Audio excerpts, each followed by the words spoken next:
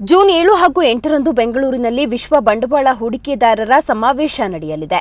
ಈ ಹಿನ್ನೆಲೆಯಲ್ಲಿ ನಿನ್ನೆ ದೆಹಲಿಯ ಹೋಟೆಲ್ ಒಬೆರಾಯ್ನಲ್ಲಿ ಹೂಡಿಕೆದಾರರ ಜೊತೆ ಸಿಎಂ ಸದಾನಂದಗೌಡ ಮಾತುಕತೆ ನಡೆಸಿದರು. ಈ ವೇಳೆ ರೋಡ್ ಶೋ ಉದ್ಘಾಟಿಸಿ ಮಾತನಾಡಿದ ಸಿಎಂ, ಬಂಡವಾಳ ಹೂಡಿಕೆದಾರರಿಗೆ ಮುಕ್ತ ಆಹ್ವಾನ ನೀಡಿದ್ದಾರೆ.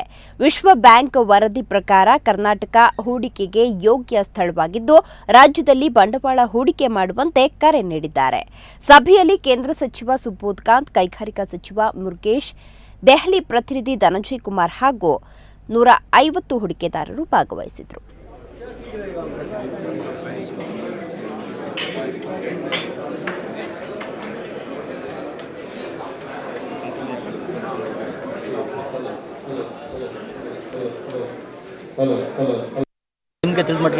ನೋಡಿ, ಒಂದು ಪ್ರಾಕ್ಟಿಕಲಿ ಈಗಿರುವಂಥ ಪ್ರಾಬ್ಲಮ್ಗಳು ಡಿಲೇ ಆಗುವಂಥದ್ದು, ಪೇಪರ್ ಕನ್ವರ್ಷನ್ಗಳಿಗೆ ಬಾಕಿದಕ್ಕೆ ಡಿಲೇ ಆಗುವಂಥದ್ದು, ಇನ್ನು ಕೆಲವು ಕಡೆ ಲ್ಯಾಂಡ್ ಅಕ್ವಿಷನ್ ಸಂದರ್ಭದಲ್ಲಿ ಆದಂಥ ಪ್ರಾಬ್ಲಮ್ಗಳು, ಇದೆಲ್ಲವೂ ಸ್ವಲ್ಪ ಡಿಲೇ ಆಗ್ತಾ ಇದೆ.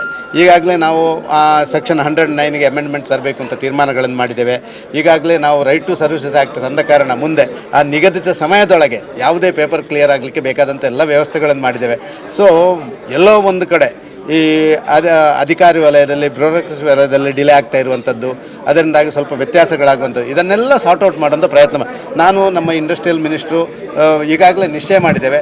ಒನ್ಸ್ ಇನ್ 10 days ನಾವೆಲ್ಲ ಈ ಇನ್ವೆಸ್ಟರ್ಸ್ನ ಎಲ್ಲ ಪ್ರಾಬ್ಲಮ್ಗಳನ್ನು ಸಾರ್ಟ್ ಔಟ್ ಮಾಡಬೇಕು.